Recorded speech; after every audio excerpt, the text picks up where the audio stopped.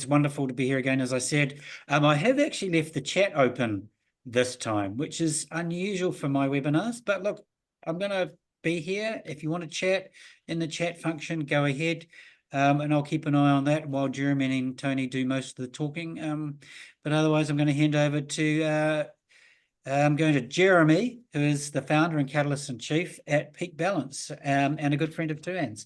So thank you, Jeremy. Craig, thanks so much. Kia ora koutou katoa. So wonderful to be here with you guys in TUANZ, and I have the privilege of introducing Tony Kalcina. And Tony is one of those guys who has the energy of a 21-year-old, but the wisdom of a 121-year-old.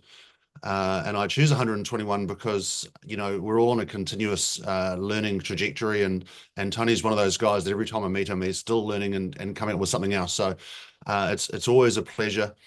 As you'll get a sense, and certainly we learned last year and over the last few years that I've known Tony, he travels the world and is the TM Forum ambassador for the Asia Pacific region.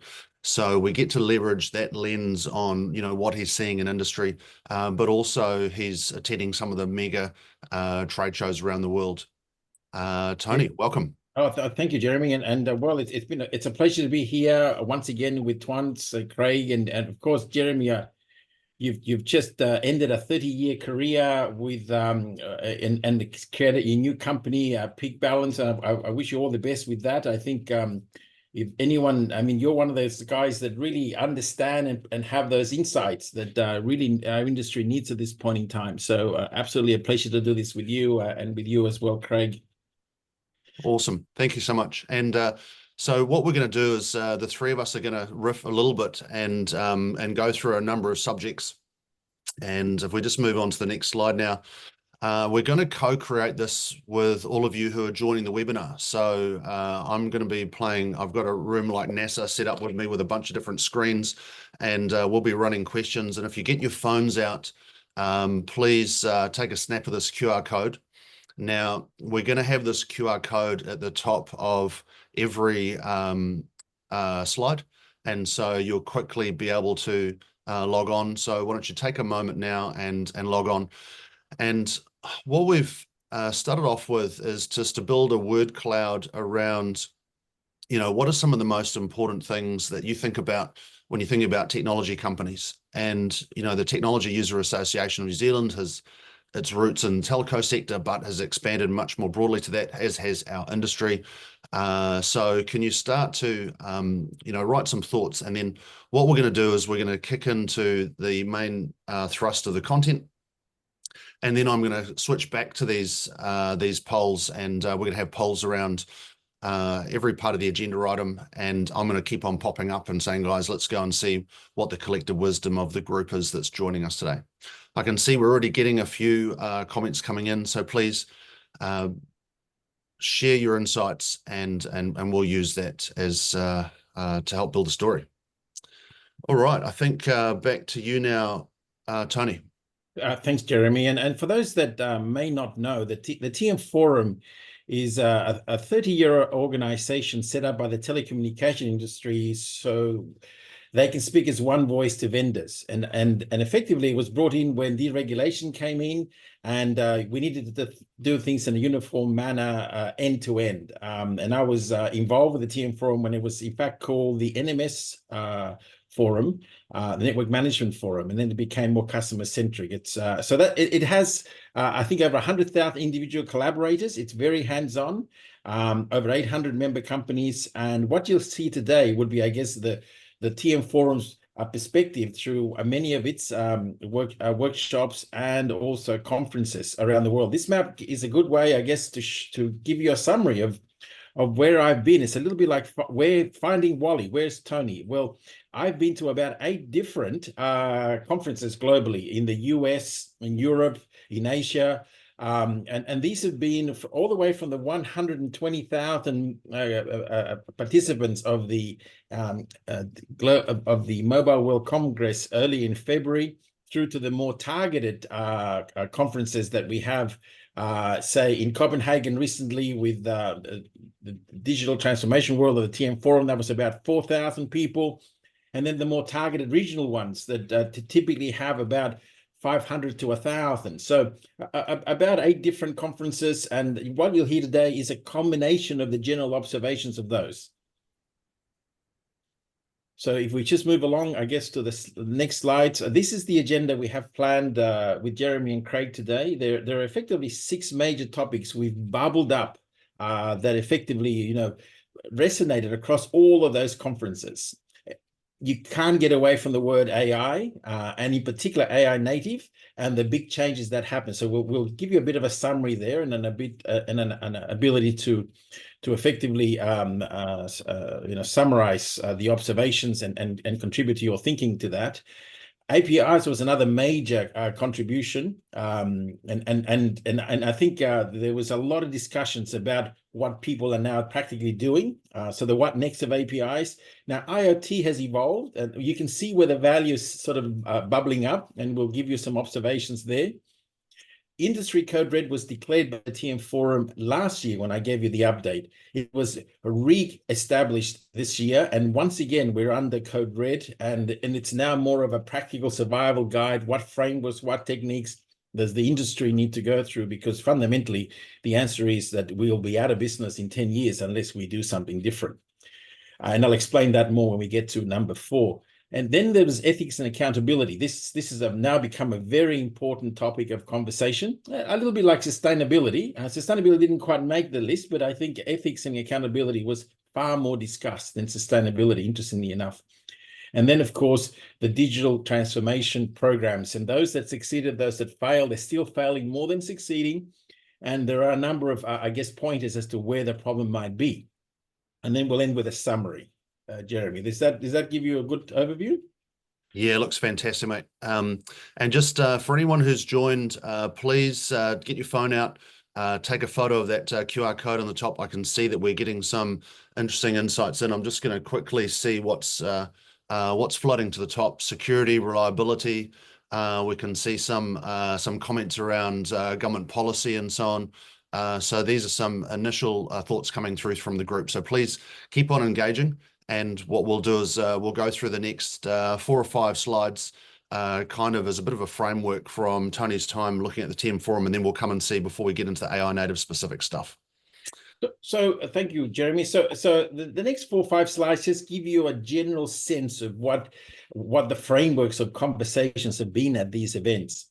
So I think as we discussed last year, the typical telcos are on the bottom left, and they are all going through a journey of transformation. Those that decide to, of course, in this layered model to become what is known as a techco. The word techco is still used, heavily used, and there's a lot of discussions about techco. Techco being more involved in the solving of the end-to-end problem that the customer may have through platforms and various innovation technologies. So we're all talking about that journey still. And the value of that journey from our industry, I mean, there's some very short-term gains of 700 billion, but generally speaking, people are talking about the times 10 value of the market compared to telcos. Telcos are a little over $1 trillion. This is a times 10 value. So there's a lot to be had if you join the club upstairs on the more value-added services. The next slide will demonstrate, I guess, a little more with regards to the thinking, and the thinking now that is becoming more prevalent is the yellow, the partners. We can't do it alone. So if you look at the traditional telco, which had the classical network OSS, BSS, and operations, the thinking now is that it's got to be native AI driven. So there are frameworks and platforms being defined for that. But more importantly, there is a zero touch partnering, which is now critical to this whole ecosystem. And do recall, remember that as we go through the next slides. If you go to the next slide, please, Jeremy. Now, the frameworks being discussed in all of these workshops are things like the TM Forum ODA, the Open Digital Architecture, and the mechanism by which that, I guess, gets driven. If you quickly go through this slide, you'll find that it actually is, you'll find that, you know, there is not only an architectural, but there is also a change management framework being put together. The next slide demonstrates that in a lot more detail as we move forward. Mm-hmm. And if you can see here, the most important thing that's changed since you saw this last year is the little box called people and culture. 80% of the problem in most of these changes and transformation is the soft issues, not the stack, not the technology, but people are now confirming that it's about the people, the culture. So the transformation from a highly utility-based organization to an innovation organization is the ability of changing and influencing people and their culture. So there is now in the architecture a box that says that. The next slide shows a little more of that. And I think I'm showing this because this is what people are saying are the things that need to be managed. For example, now there is a TCOD group within the TM Forum that are providing a prescriptive way of moving forward. And you can see the levers have changed, and culture and AI are two critical forces that need to be considered, which is quite interesting. AI driven and culture.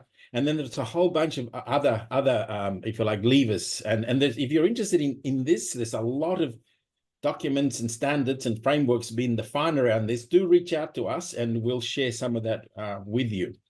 And just finally, as a summary, this sort of shows where people are playing in this highly horizontal market of specialization. You have the infrastructure guys, the guys that provide, if you like, infra or netco as a service. And you see some of those companies there and their valuation.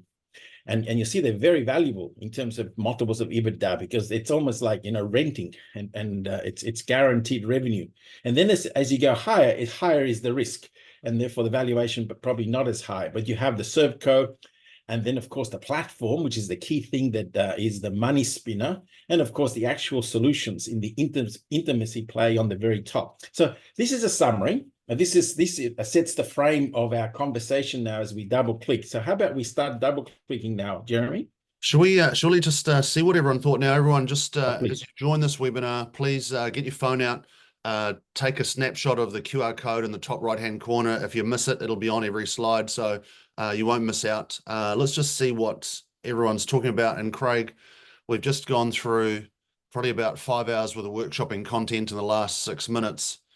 Interested to hear about your perspectives around, you know, what's floating to the top. You're also, you know, seeing a lot of this, and also very much from a New Zealand perspective. So security and reliability have floated to the top in terms of when we think about technology companies, somewhat technology oriented, expectations, policy.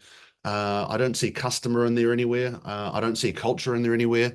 Craig, what are your reflections?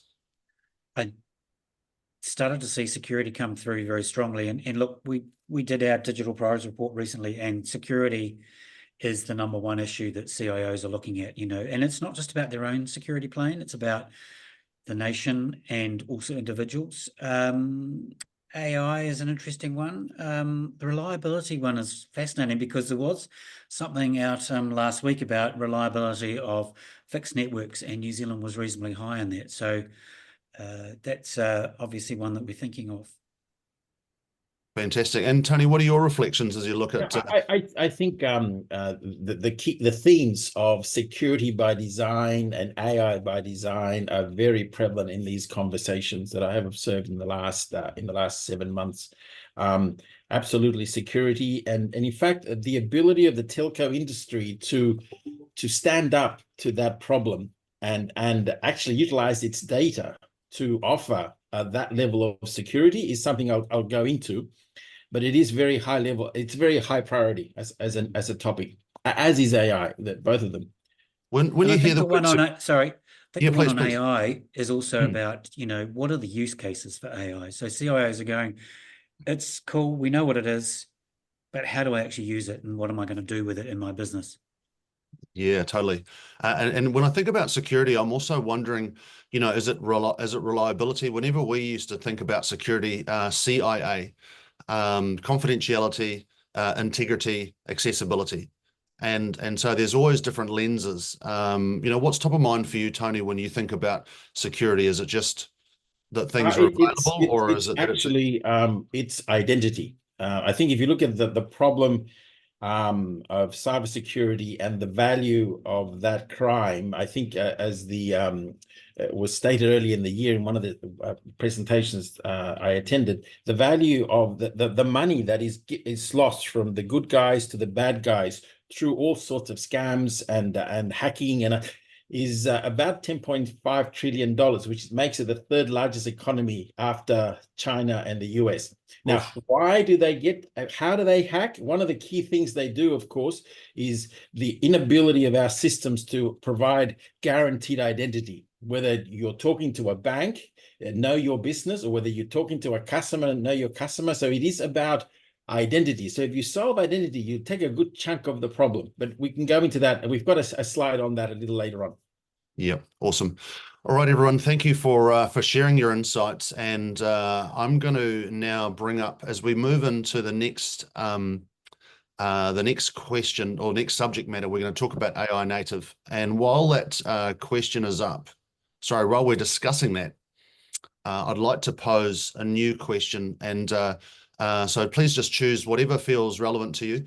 I'm going to show the results after Tony's had a presentation discussion around, what he's seeing from industry. So the options here are, how big a change are we really talking? I mean, really just between us on this webinar, nil, it's all hype, back to normal tomorrow, all the way through to it's going to be unrecognizable in the short term and virtually all jobs are going to be totally different.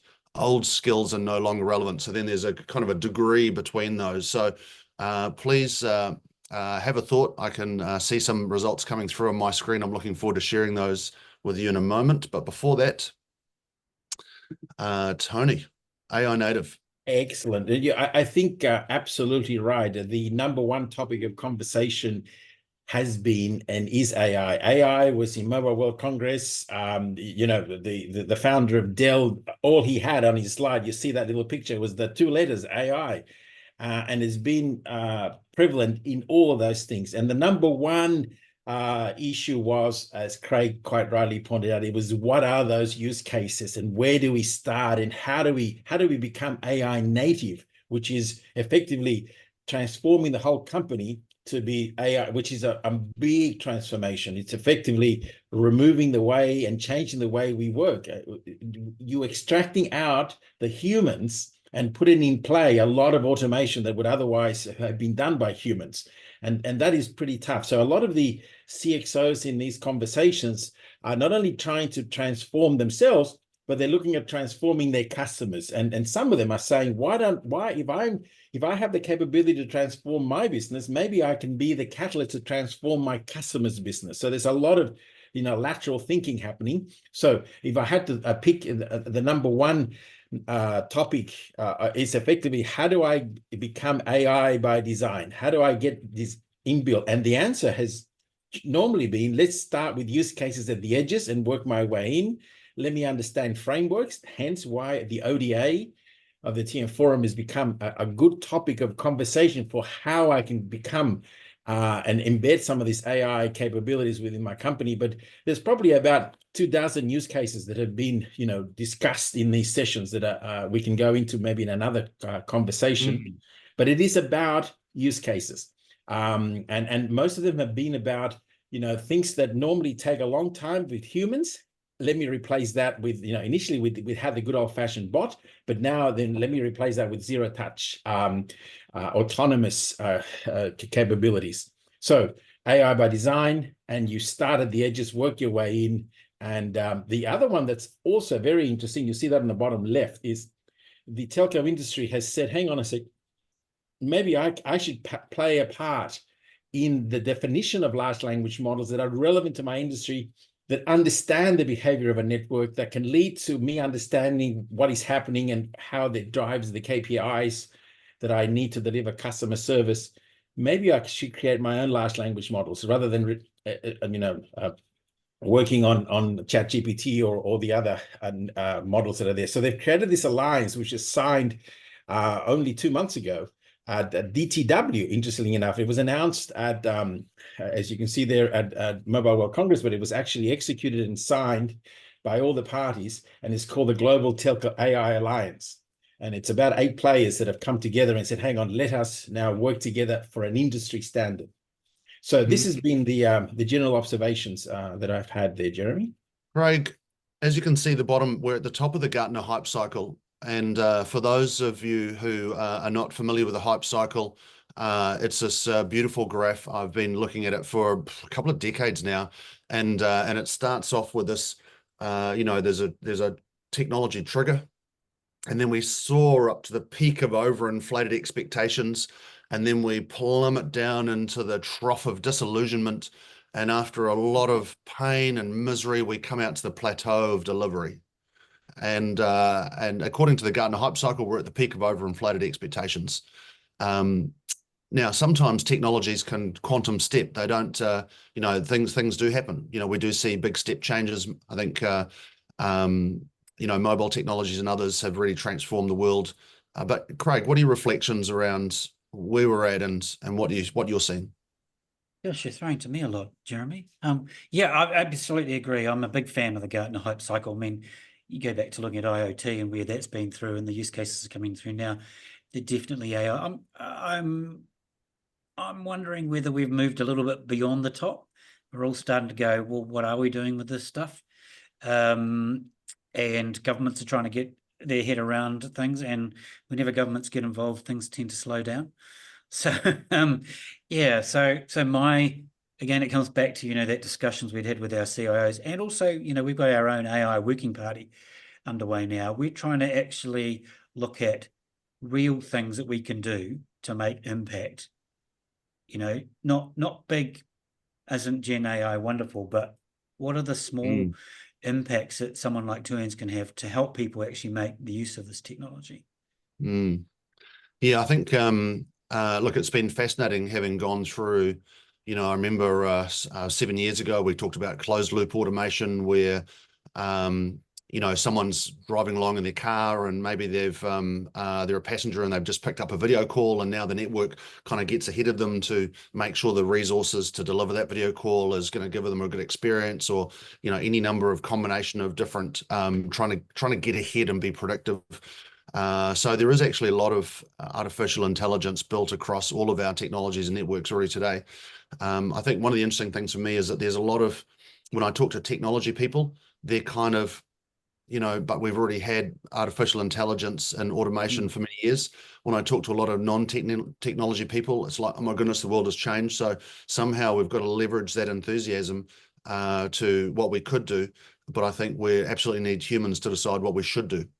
And I think that's very core. So and there is a question, Jeremy, that we've got from Pete on Slido that we may want to address, which is, how is security risks being embedded with the introduction of AI? So I've got 10 seconds. I can answer that if you like. I'll give you a view of that. Please. Okay, so effectively, it's humongous. The effect of AI on security is huge because in about 4 years, 5 at most, we'll be at quantum, post-quantum, the so-called post-quantum events, which mean that people are now hoovering up files and data, and they will be able to crack them, by 2030. Some say even 2028.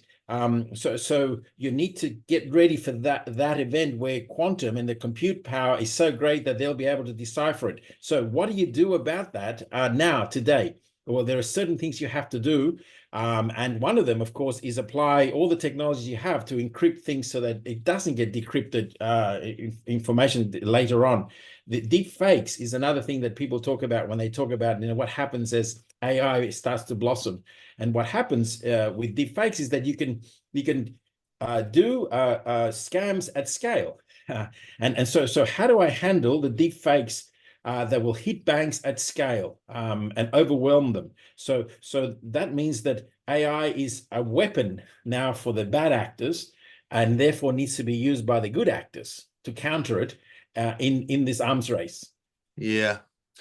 I've seen an interesting app where, and I'm just going to jump through now, ladies and gentlemen, if you've just joined us, please grab your phone, take a snapshot of this QR code, and we're now going to go switch to the AI native. How much change are we talking about, really? And let's see what you thought. Show results. So it looks like this has just reordered itself to show that Now the middle of, this was kind of a middle of the road. So we're saying that there's a lot of change. Automation gets a major lift. And, remember, when you automate technology, technology is good, but technology change is bad.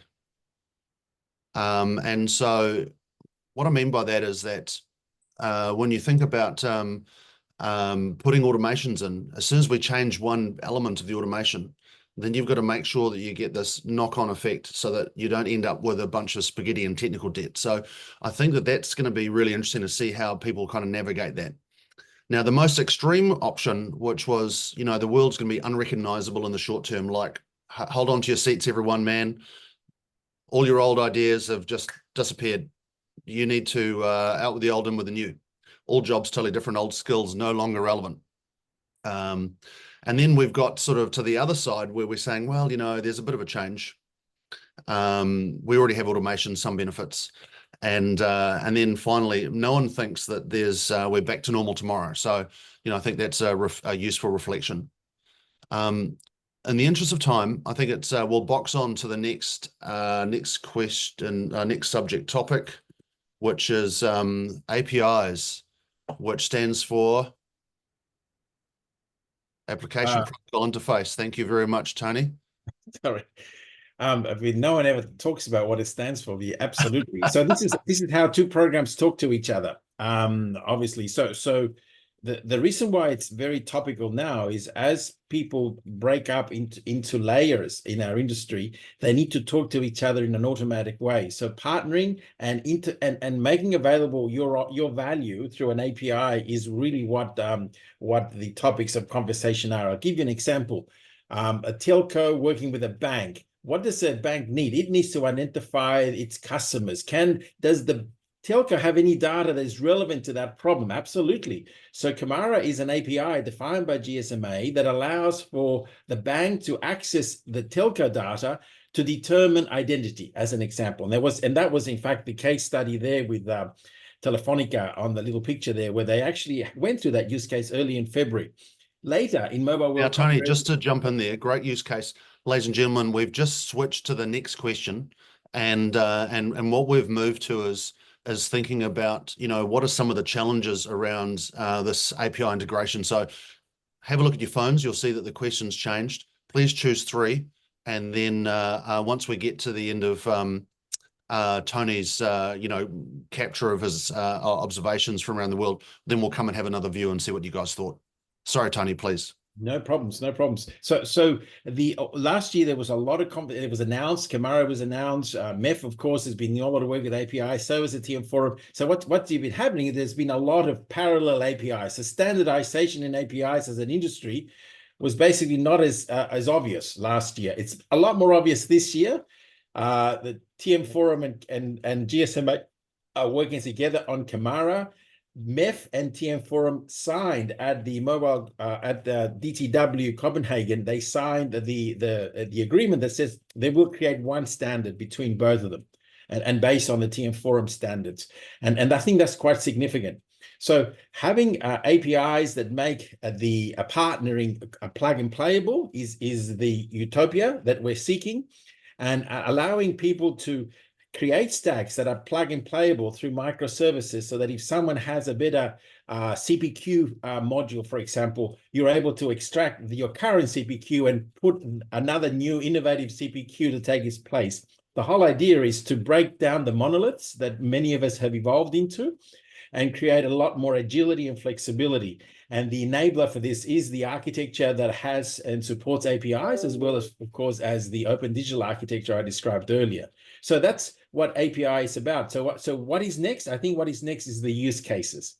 And there's a lot more now that is. So the use case I saw at AWS, with AWS and Ericsson subsidiary Vonage was one that had effectively the digital identity problem being solved with the APIs between the telco, namely leveraging Camara, and the software that they had. And they went through 7 checks, and the number of checks you can do, including SIM swapping, facial recognition, you name it. They had that on that API, and effectively empowering the bank to then verify its customers. So that's an example of what we're seeing there, Jeremy.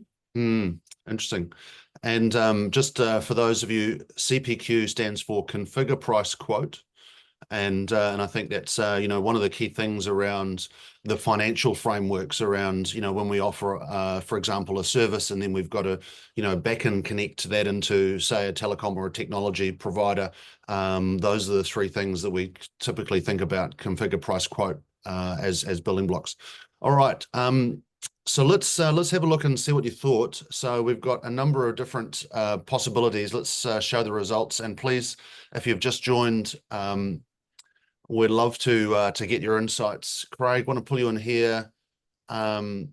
Complex to integrate is, and I wonder if we've got a bunch of technology telco people here who go, man, you don't know how hard this stuff is. It's like people think it's just like a 3-pin plug, and you just plug that in and you're good. What are your reflections? I don't think that's just telcos. That's every large corporate with legacy systems. And at least half of the CEOs we talked to this year are still trying to get their head around their transformation. So while APIs might be, what they need to move towards, there's still there's half of them still have to do it, and the other half are just feeling really tired. How about you, Tony? Security concerns, standards. I think you've talked about that with MEF and TM Forum. Does it sound like we're going to get ahead of the problems we need to? Or? One of the key, we've had APIs. I remember when I joined the industry back in 85, 84, actually, we had the TMNs it's standard, the CCRTT. We had the Q3 interface, the Q1 interface. And what happened was everyone had a flavor of the API, a flavor of the interface, and they were never compatible. So you had two APIs, but they didn't quite work well without a lot of work. It was complex to integrate. So what I think the industry has learned is that you need certification of the API. So the certification, automatic certification of API on a canvas is what is being now supported by many of these standard bodies, including the TM Forum. So you can take your API and they'll certify it for you automatically and say, yep, you're satisfied. I think we've moved, thanks to AWS and many of these over-the-top guys, APIs have moved to another level of maturity than they were, say, 10 years ago. So, right. and having them automatically tested and certified is key to avoid the complex problem. Super.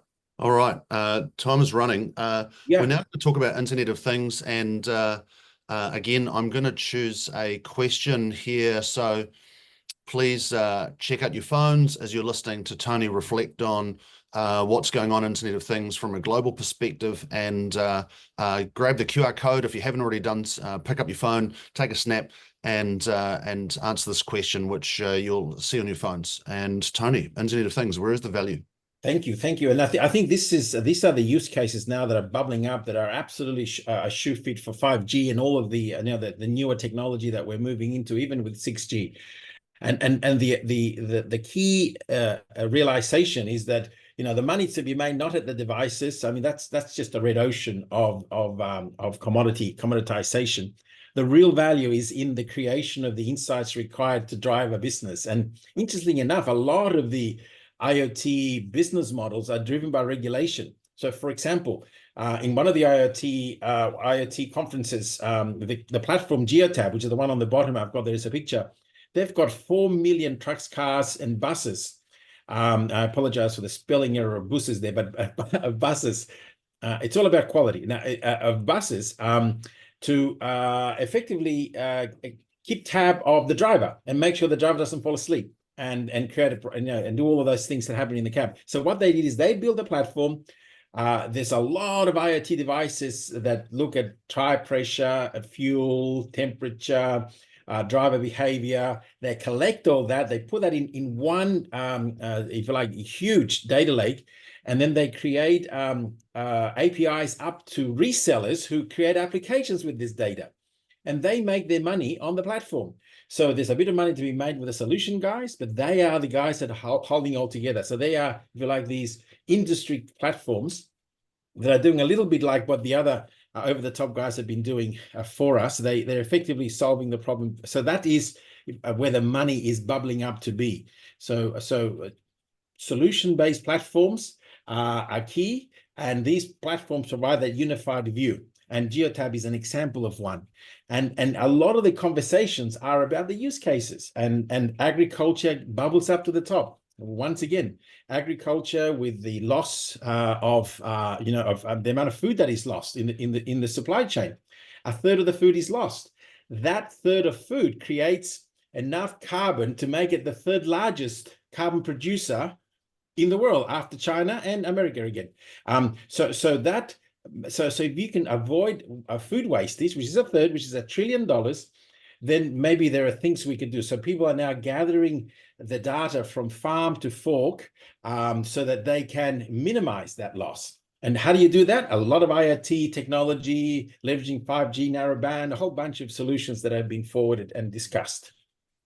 Fantastic. And it's kind of interesting. I just picking up on your truck story. You know, I remember early on, I mean, now kind of going back almost 20 years when, you know, the first tracking of trucks. I remember an anecdote where there was a particular guy who had put all these things on his trucks, and the antennas were mysteriously getting damaged.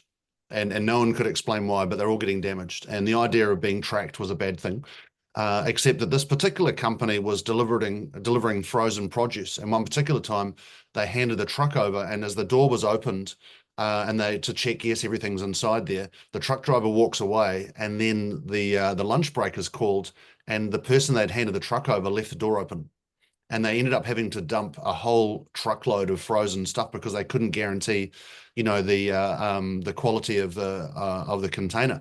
And so because that they'd signed off that they had handed the truck over, you could see that 5 minutes later, the door got opened again, and it protected the truck driver.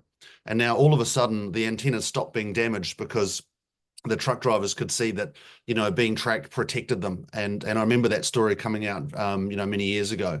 So let's now switch over and see what everyone thought would be interested to reflect. So it looks like data management and processes, application developers, the users of these IoT devices themselves. Craig, what are your reflections around IoT? What do you see in industry, and what are your reflections on these results? Oh, look, I just agree with you with something Tony talked about, the regulatory base. I mean, I think I've always thought over the last 4 or 5 years that regulation was going to be the compelling event for IoT, particularly in agriculture. And I'm astounded by that number about the food loss. I knew it was big, but to be such a big carbon, you know, sink is amazing. Crazy. And the data from there, by the way, Craig, came from the World Food Forum in Brisbane 2 weeks ago, which I attended. You know, Wally was there in Brisbane, and we had the I guess the other message was quite. We produce enough food to feed 70 million people, but we can do 1 billion. And the amount of natural resources in the Kimberleys, I mean, it is heaven. If God had to give us a heaven, it is up there. So the Australians are really saying, how the hell do we make that happen? Once again, they've looked at government. There is no national plan for water, no national plan. There's a lot of thinking in regulation that could happen. All right. We're into industry code-red. I'm going to bring up the, let's see now, industry code-red survival guide. Let's see, multiple choice. Here we go. So again, please pick up your phone, grab the QR code, and you'll see that a question around telecoms, and some if you would give advice to the telecom sector, this is what this is referring to. What would you say? Check out your phones, put your vote in, and Tony, if you can take us through, you know, what your reflections and experiences have been. Sure. So I think if you recall, when we had this conversation last year, the code red had been declared at DTW last year. This year it was maintained and in fact enunciated. So the industry still believes that it is under threat of extinction from what it does today. A very vertical company. The over-the-top guys are coming down. All that Apple has to do is become an MVNO, a global MVNO, and they've already got the patents for that. all the infrastructure and private equity guys have to do is just buy a little bit more of the infrastructure, and somehow you're squished in the middle and out of existence. So there is a lot of discussion. It is still code red. So now the conversation has switched from, okay, fair enough, but what do I do about it? How do I begin to make those changes that are required?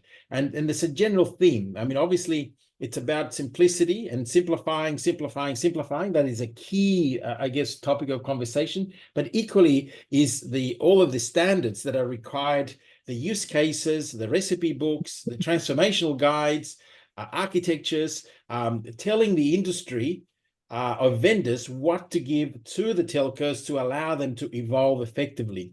And the key thing in Code Red Survival Guide is that don't just focus on the technology.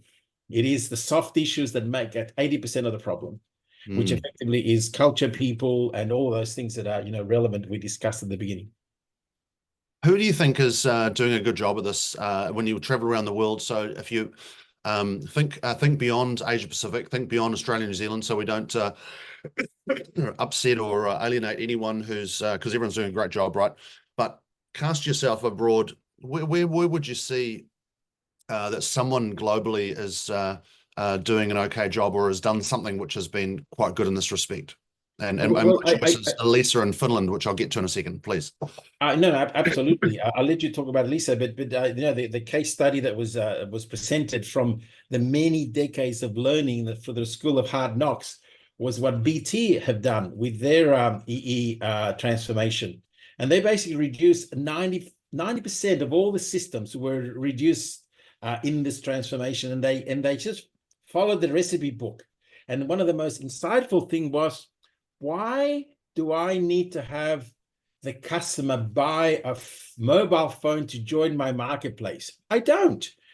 My marketplace is available to everybody, even if you're not a customer of mine. Now, all people in the room went, "Whoa! I never thought of that." So these are so BT would be, I think, a good example, and I've got that little down as an example in digital transformation a little later. Yeah, I came across the Elisa example years ago, and as a quick anecdote, they used to have all-you-can-eat buckets just like everyone else.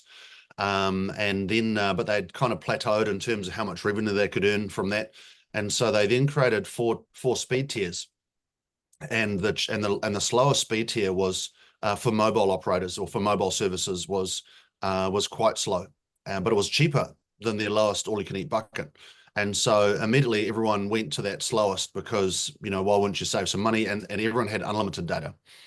Then the next month, or within that next month of experiencing what slow speed felt like, as someone wanted to, do a tether off a device, or they wanted to look at something in high definition, they would quickly bump into the limitation of what they paid for, which would trigger a conversation to say, hey, by the way, once you upgrade your speed, we can give you that better experience. And what they did was, at least, my reflection was that it realigned people's use of technology with the burden on technology. Because I think that's one of the things that's been, kind of disaggregated, where people don't realize how much they're loading up networks. And I think therein lies where Elisa have done a great job.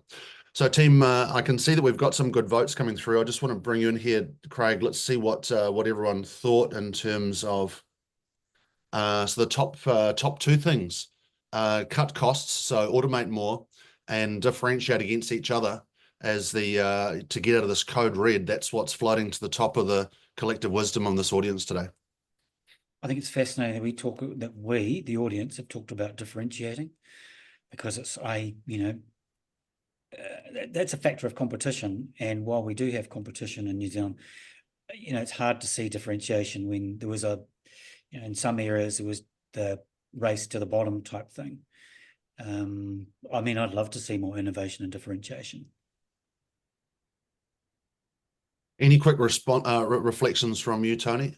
I think most people recognize that maybe we have evolved from a high costs public service mentality in the early years. So therefore, we are doing things that maybe have one too many people that we should. So therefore, automation and reducing unnecessary work and cost. For example, we have call centers because our systems are not very good. So that people need to call someone to talk about the effects of bad systems. But if we had good systems, you wouldn't need a call center. So immediately, I mean, like most of successful platforms like Uber and others, they don't have a call center because they've thought it through a little better. So there's absolutely cost is key, but innovation and being able to create new offerings that are higher up the food chain is also pretty important. Awesome. Not surprisingly, increased prices was not a popular choice amongst this group. So let's go back to our slides. Ethics and accountability. So again, ladies and gentlemen, please pick up your phone, check the QR code.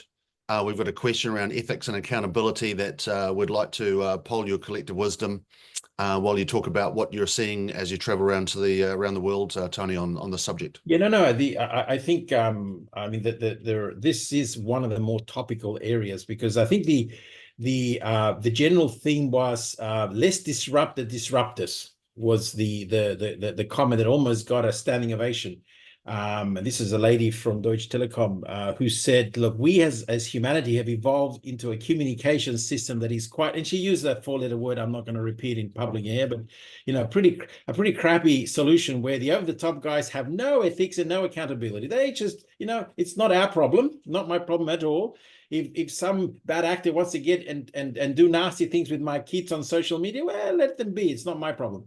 And what she's saying is that's no longer the case. Moving forward, we can disrupt the disruptor by leveraging the information we have in the network. And this CITO town hall was particularly enlightening. So that's why I took a couple of pictures there, where they said, look, the information we need for ethical and accountable human connectivity is in our grasp. We have that in our network. We don't need to go to even overlay systems. In our network, we have enough to authenticate people, to give them a little green tick. We can do so much with the technology and the information we have. We just need to do it. And that takes us to that, the little picture on the left. It says it is about everyone in the ecosystem being accountable. The banks, the enterprises, the telcos. In the UK, they have the concept of a clean pipe. And the clean pipe, under regulatory obligations, they are liable for what they bring into the home or into the business. They a little bit like airlines are liable, if they carry, try not to carry, terrorists. We as an industry now need to be accountable, and the regulations will begin to change. In the UK for banks, if someone does a scam, both ends and both banks have to pay the scam value. In Australia, of course, only if they get and they called the industry. In New Zealand, I'm not certain what the law is today, but that's going to change, and the banks will be held accountable. Telcos will be held accountable for a clean pipe. It will no longer be voluntary.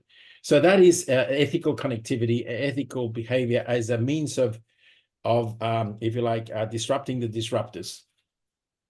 Nice. All right, I can see that the clock is running. Let's see what we all thought. 78%, yes, but I'm not sure we've got the right balance yet.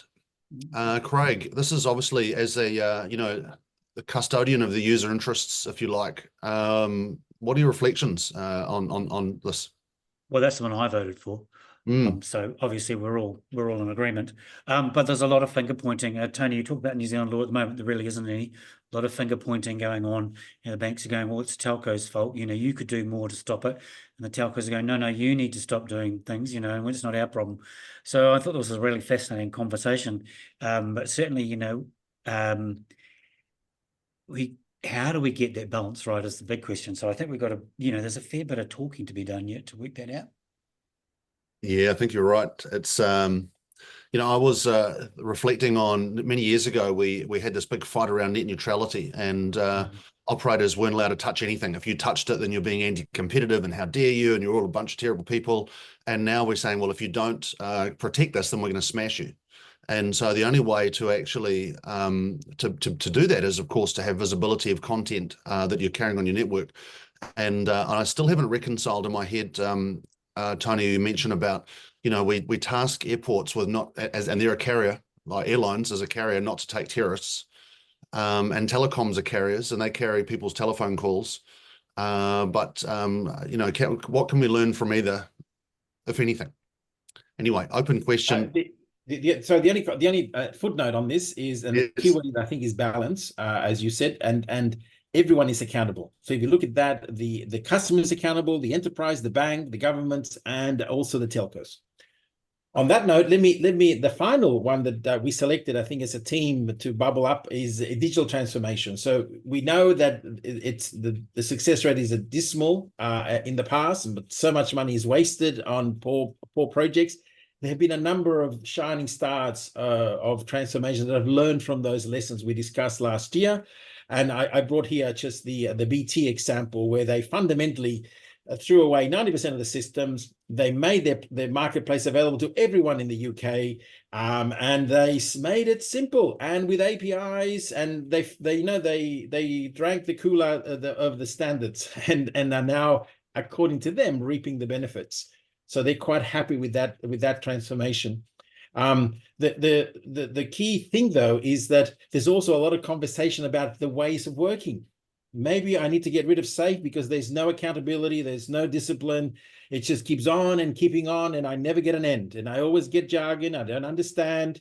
So the executives are a little concerned, but I think the bottom line of those conversations is it's all fit for purpose, right? If you're an innovator trying to invent a solution that doesn't exist, there is an applicability of agility. If you have a deadline that is a tender, you obviously have to have a little more waterfall in that. So the technique of using it should not be the excuse for failure.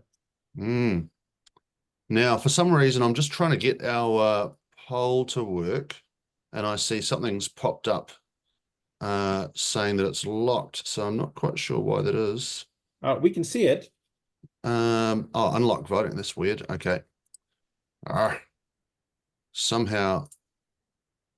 Let's try this. Here we go. Here we go. Okay. It must have been a finger fault on my side. So the question is around digital transformation. Forbes predicts that 84% of digital transformation fail. Of these reasons, which are most likely to manifest in New Zealand? Please choose 3. So you've got things like vision and strategy, resistance to change, support from leaders, siloed organization, and so on. Have a read through and let's see what your collective wisdom is. Apologies for the trip up there. Well, that'll give us a chance, Jeremy, maybe to cover some of the questions we've had regarding APIs, sure, as well as industry code red. I think we've got an excellent question from Pete. Great, please. Regarding are the TM Forum APIs ready to evolve to use case specific ordering interactions rather than being piecemeal resources based product service interactions? The APIs are work in progress, and they are only as good as Pete, the input of the members that come in. So we have individual members responsible for individual APIs, and if those APIs are not fit for purpose yet, then I think as an industry, A, we need to know, and B, we need to fix it. The general improvements that were presented were basically that the API will be automatically tested in the canvas. There's a whole lot of automation. So it is work in progress, Pete, for that one. And what I might do is maybe send you the details of how effective they are today, and then you can take it from there. Sorry, that was a bit of a fill in. We've got 2 more questions, by the way. Well, let's just so Craig, it looks like a cultural shift has flowed to the top. Any reflections from you on digital transformation? The only thing is, I think Tony's comment, or in the slide about it never ending, is something that I keep hearing.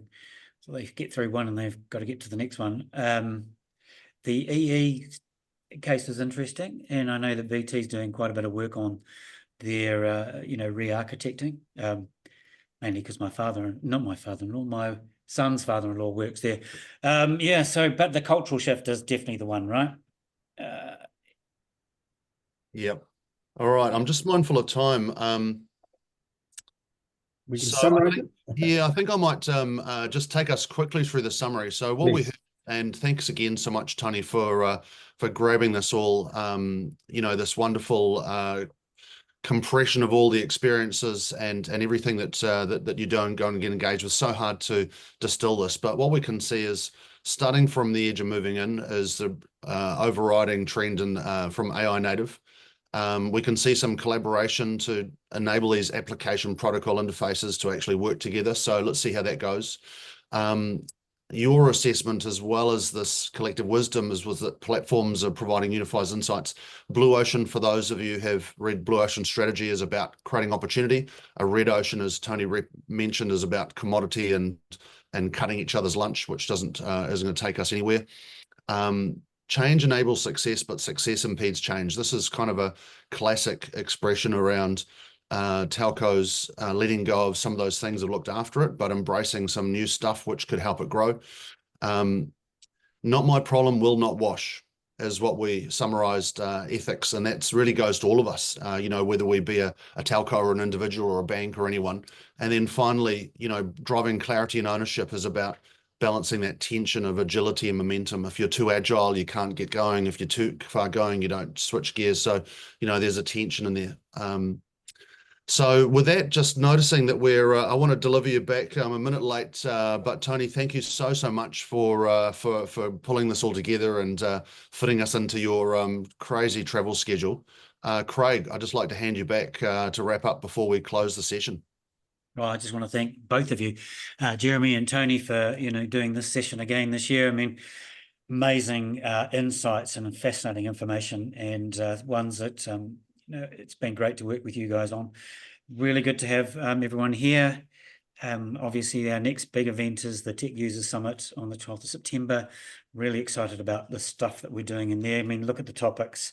Some of those are definitely going to come through, the AI stuff. The security is going to be one of those big topics that we'll be discussing, and accessibility. And I really think the ethics and accountability one is going to be one that will raise its head a lot more as well. So thank you very much, everybody. And Tony, we'll let you go back to your morning in Australia, and ka kite, everyone, and we'll see you again next time.